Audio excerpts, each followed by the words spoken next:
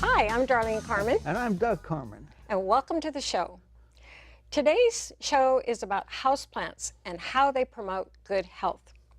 Doug and I have had houseplants as long as I can remember. We think of them as being part of our family, and we've had houseplants longer than our children and pets. And the family just seems to grow as new varieties come in, have to have this, have to have that, and then adoptions from when people move out of the area and can't care for their plants, and also gifts. So I have nurtured bonsai and plants for all of my adult life, and I've always been aware of how plants help my well-being. I just feel better taking care of them and just simply being around them. I kind of think of it as being like oil painting. When I paint, I tune everything out and just get into my subject. And I feel refreshed when I'm finished, and I feel like I've accomplished something. So that's always been a given. But just recently, I found out that there's something even more valuable about houseplants and how they remove toxins. So I read about a study done by NASA and environmental scientist Dr. B.C. Wolverton, and that was done like in the 1980s. But I have just recently found out about how houseplants can remove toxins from the air. It seems to be renewed in interest now, coming around again. So this is Dr. Wolverton's book, but there's many others out there. And also I've read information online, and even the garden centers talk about it and have tags on their signs for their houseplants. Indoor air that's not ventilated has a lot of toxins in it, and a lot of it is from synthetics that you have in your furnishings and in building materials in your home and around your home or office.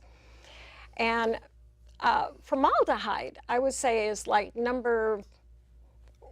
let's just say the top 6 of the toxins that are found in your home. And that is from just everyday products it's used to disinfect certain things. You can find it in paperworks and fabrics, and also in things like building materials, plywood, particle board, and things like that. You'll find that kind of formaldehyde and other toxins as well. So if that's not bad enough, having the toxins in your home from synthetics, you also have it from humans. Yes. The simple fact of just breathing and your other body functions, going to the bathroom and so forth, you'll find that you have all kinds of substances that are released into the air from that. And then, of course, what about pets? Well, what about smoking? Exactly. Smoking is a big one. Yeah. And of course, Fireplaces. it's getting better because not that many people are smoking anymore. But it's still when you have a closed-in environment, Yes. it can make the air very nasty. There's one thing though that people have to know is, I think it's best to understand how that process works. How does plants remove the toxins from the air? I'd like to know. Well, let's say there's 3 basic things that you have to have for a plant to do this process. The first one is light. The second one is water. And of course, you have to have carbon dioxide. What about carbon dioxide? Well, that's very important for the plant. That's the food for the plant. That's how it survives. And so what happens is that you have these little pores on the leaves of the plants. You know, like all your plants, most of them are on the underside, but they're very microscopic holes, and they call them stomatas. And these stomatas draw in the air during the day. The light stimulates them, and that makes them open up. And then they draw in the air and all the toxins, and along with the carbon dioxide, and they move it down into the root system. And that's where the water takes, and the water stimulates the amino acids, sugars, and other substances that break down the carbon dioxide and turn it into food for the plant. Well, what's good about that is that they also break down all the toxins too while they're at it. Yeah. And so you have this process is that the plant is getting fed and the toxins are being broken down and eliminated. I'd say some of the toxins, so they found that they do even nourish the plants, but they get rid of them. And what they do is that they give back to us the one thing that we need is oxygen. So you can kind of look at it as we have a harmonious association with plants, and where that we breathe in oxygen that they provide, and we exhale carbon dioxide, which they need. So in an indoor environment, it's perfect. You got this balance going for you. There is one other thing that the stomata does, the little pores on there, that's beneficial in the house. And that is that it releases water vapor. So you look at it, oh, the bottom is perfect. So the bottom line is that for in your home, you got the plants pulling in all the toxin, but giving back to us the two things. They're giving back humidity, and they're giving back the oxygen that we need. So good thing. Yeah, I mean that's basic the bottom line of it. So it's nice that we can have plants and live in harmony with them in our environment. The thing is that I was wondering, and I think your book kind of points out, that not all plants function the same. I mean, they function the same, but they don't. Their efficiency.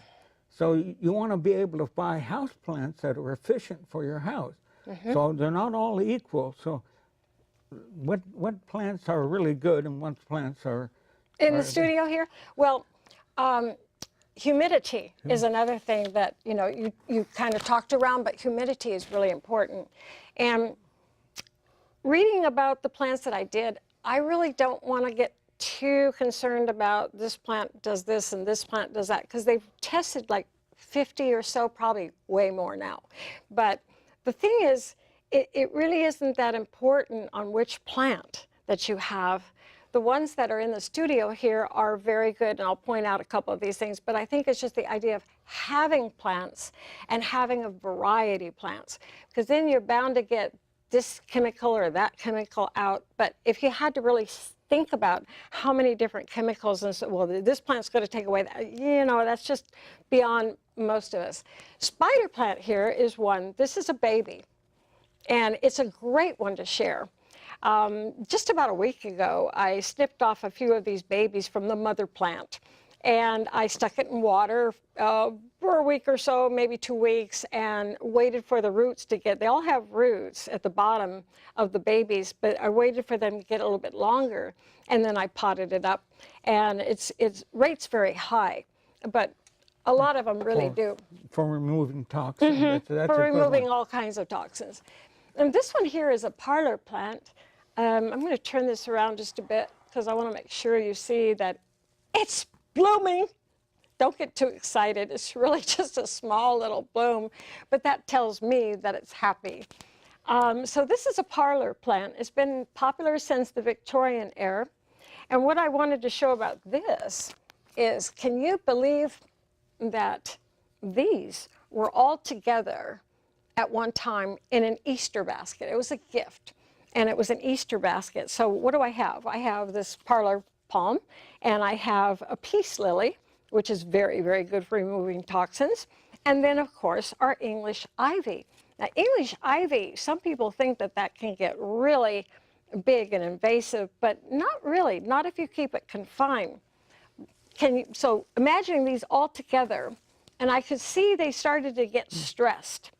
And so what I did is I removed this one and repotted it, and you can see what happens. The same thing would happen if I did it to these. They would probably both like to have their own space, and that gives me something to do in the future. Behind us, we have a corn plant. Very, very good. And if you notice the height, it looks like a corn stalk. This one is very, very happy. and very good for removing air. And you can imagine Toxins and that. toxins. Thank you. We don't want to remove air. But the thing is, the more people that you have, the more plants that you need. So they give figures that they recommend, but I don't really go too much on that either because it depends on how many people you have in your home. And behind Doug over there is a fern. Oh, This one over Boston here, fern. well, it's a variety. And this one over here is a dragon tree. And that one is awesome. If you were able to get, don't try, but if you were able to see it up close, you would see that there's red margins on the leaves, and it gets very creepy, crawly type thing. So right now, I'd like to show you a picture from our home that's showing you the same dragon tree. So can we see that first picture of a grouping in our home? There it is. So the dragon tree makes a really nice backdrop. It's the one in the back, the really big guy, for smaller plants that are in front. So the plant with the sword leaves in front of it is the snake plant, which is a good choice for beginners. And in front of the snake plant is a variegated rubber tree. Next to it, on the top of the three-tiered stand, is a variegated peace lily, which is an excellent plant for removing toxins. And the smaller plants on the bottom shelves are Christmas cactus. They're not blooming now, but they will. To the right on the wood stand is a variegated umbrella plant, and next to it on the left is a Boston fern, also popular since Victorian times. So let's take a closer look at some of these plants from an artistic point of view. So the first up is the dragon tree. And this is one of the houseplants that I'll be featuring in my Painting with Vegetables workshop I conduct annually at the Hands on the Arts Festival for Children on May 19th at the Sunnyvale Community Center on Remington Drive. The next plant is the snake plant. The children will paint this using carrots and broccoli.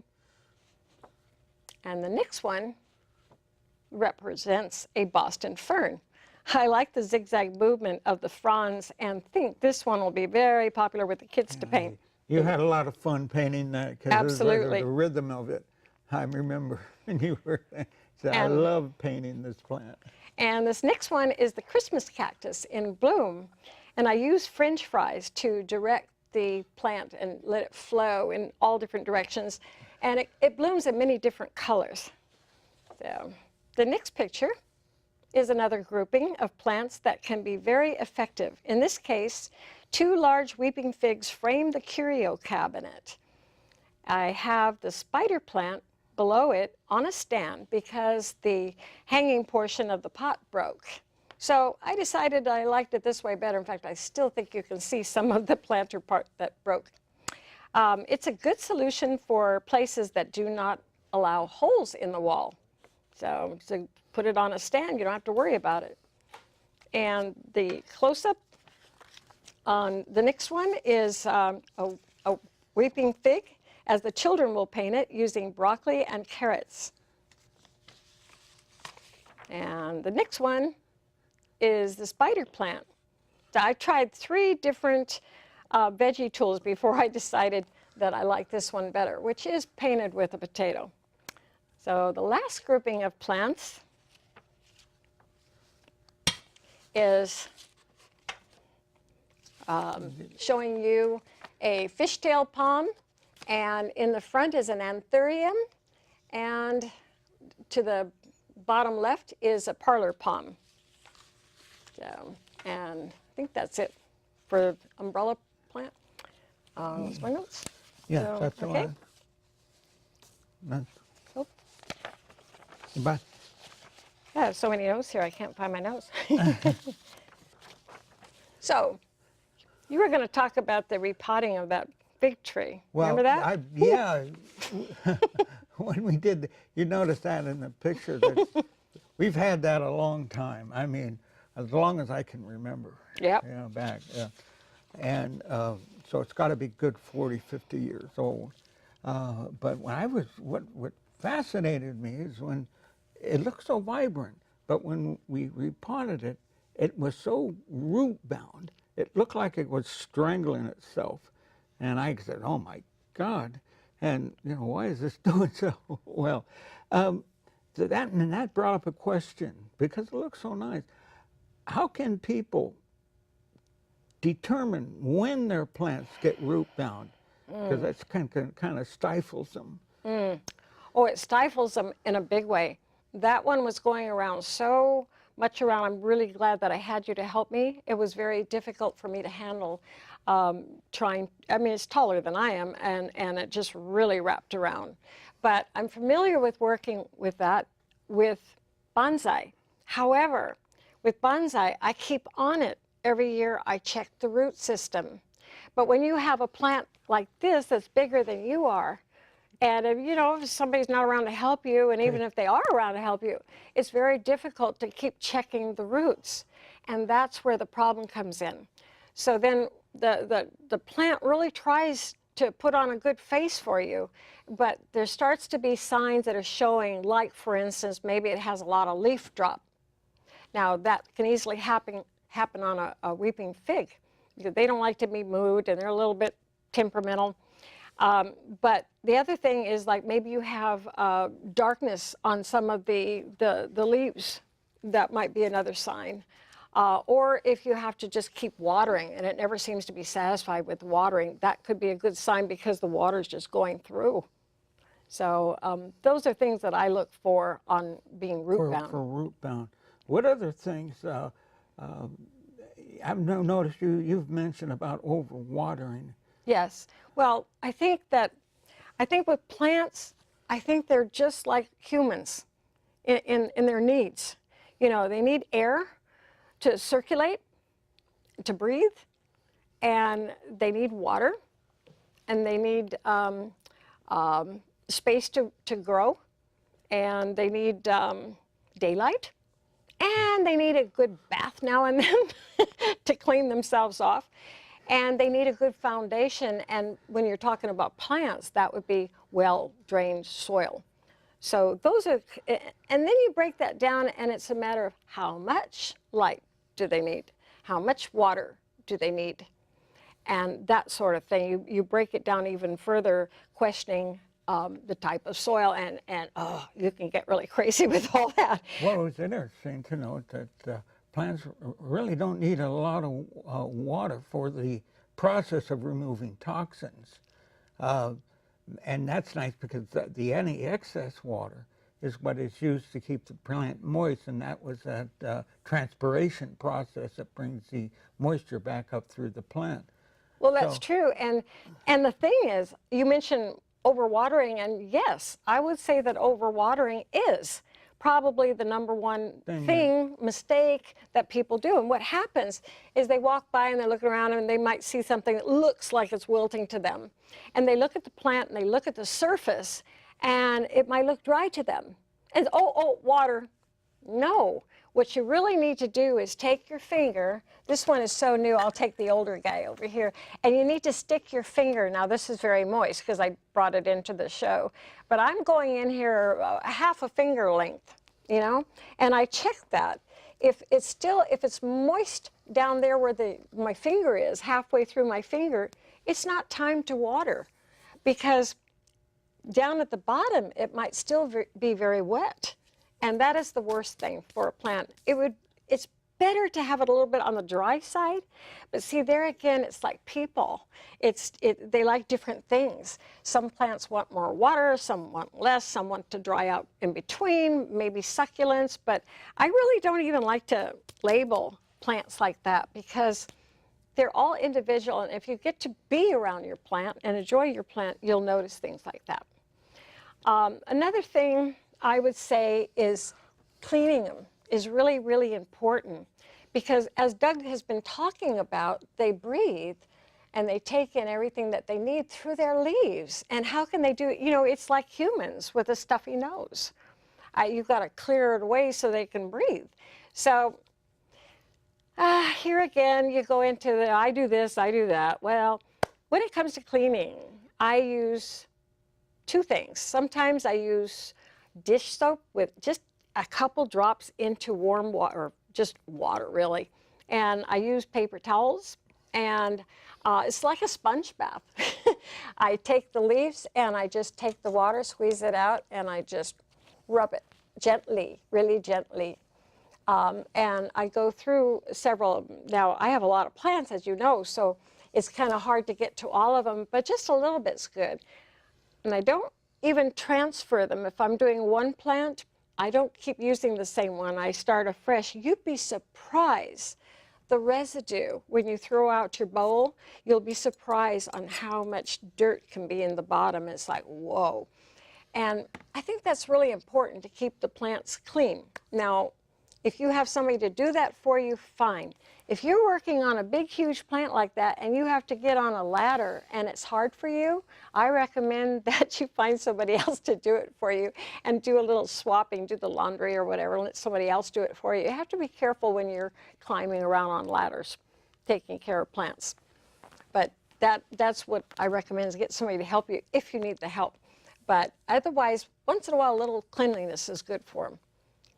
What about special occasion plants? We over here, you have a painting, and what happens is that they bring these plants into the house, and this is a poinsettia, and they bring it into the house, and they have it for the Christmas season, and then it generally, because the house is closed up, it's a little dry, and then the leaves start to drop, and then they just throw it out. Yes. That is so sad. That is so sad because, okay, first of all, I'm not going to get into is it flowers or is it part of the leaves or whatever, because that's not my interest. Colorful leaves is what people like, and that's what they want in their home, and they have many different colors, okay? But the thing is, when the flowers and the leaves fall off and the plant wilts. Why? Because you have a dry home. It's winter time. So you have a dry home, and so it, falls off, and then it looks dead. So you just toss it because it's like, looks dead. It's not dead. If you let it rest, and then you re-water it again, and it'll come back. It'll come back. Not those beautiful leaves that you see most of the time. It'll just be green leaves, but it's a house plant. And it can do very, very well in the home. I usually bring mine, if I buy any, I don't always buy, but if I do, I bring it into the home and enjoy it, and I might keep it in there for half a year. Then sometimes when I think, well, maybe I'd like to be outside for a while, I do that. Like in San Diego, you see those poinsettias, and they're all the way up to the top of the house, and then so. So, I mean, our climate is a little different. So I lost the one I've had for a couple of years. I lost because I took it outside, but then I didn't bring it in when the frost came, and I lost it. Yeah, so, they came from South America or down or Mexico. The lower part of Lower Mexico. They came from Mexico. Yeah, so they're used to they're acclimated to a much warmer climate. Yeah. So, but they don't need special treatment. I read, even in professional books, I read about some of these things that you put them in the closet and do this and that to force them to bloom again. It's like, just leave them alone. Just water them, take care of them, give them a little light, they'll be happy. So that's one. The other one I wanted to point out here, I can't tell you the name of the orchid this one is, but it's an orchid.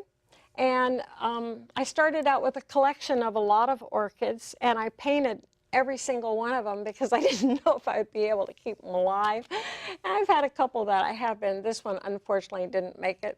But the idea with flowering plants is you bring them inside. Chrysanthemums, or florist mum, they call them. Plants like that are very, very good to have. And you bring them inside when they're blooming and enjoy it, enjoy the benefit of the plant. And then you, when you're done, you rotate them and you put it outside and you bring in another plant that goes. So It's just kind of what's going on, what's blooming at the time, bringing it in and enjoy it, and then let it go outside and do its thing. What's nice about orchids, they hold their flower for a long time. And for it could be a month or so, you can enjoy it in the home. And then you take it outside, and it might take a couple more years before it reblooms again. You have several like that. One of the orchids that was on their list was called a moth orchid, and I am doing one for Hands on the Art, but I didn't bring it with me here.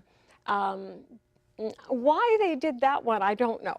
And that's my point again, is I wouldn't get too worried about which ones that they tested and which ones that they didn't, because plants, and you get a variety, it's really going to help. And like we mentioned, depends on how many people are in your home. And I can just say that, you know, for us, all the plants that we've had, I think it's really helped. Oh, God, yes. Oh, I wouldn't know what to do without it. And it makes the home so much homier. And because these are their friends, and so when I want to do a little love to the plant, I come up here and I take that plant and I go, oh, really? I love you. And that's, you give it a little bit of carbon dioxide and it just goes, oh, you know it's saying back, oh, thank you, thank you. But actually, you know, he has a point there when it comes to dust. Another method is to go by, and if you see dust on your plant, just give it a little massage. Who doesn't like a little massage now and then? So you just, a lot of times I do that. I'll see some dust, but I saw some up there. With her and, you know, I just sit there and give it a little bit of rub, gently. But it's a little bit of massage, and it's showing attention. Don't we all like attention? Yeah. So you can really enjoy houseplants in your home, and make it such a greater environment. Fresh air you have. You have a little bit of humidity and not a dry. So you're healthy. All in all, it's a healthier environment to be in. And share them. Share the love. Yeah, it's passing around. You go with people and oh, I don't have a green thumb and all that. Ignore it. Give them a plant anyway. Give them a beginner plant and let them try it out. Thanks for watching the show. Watch again.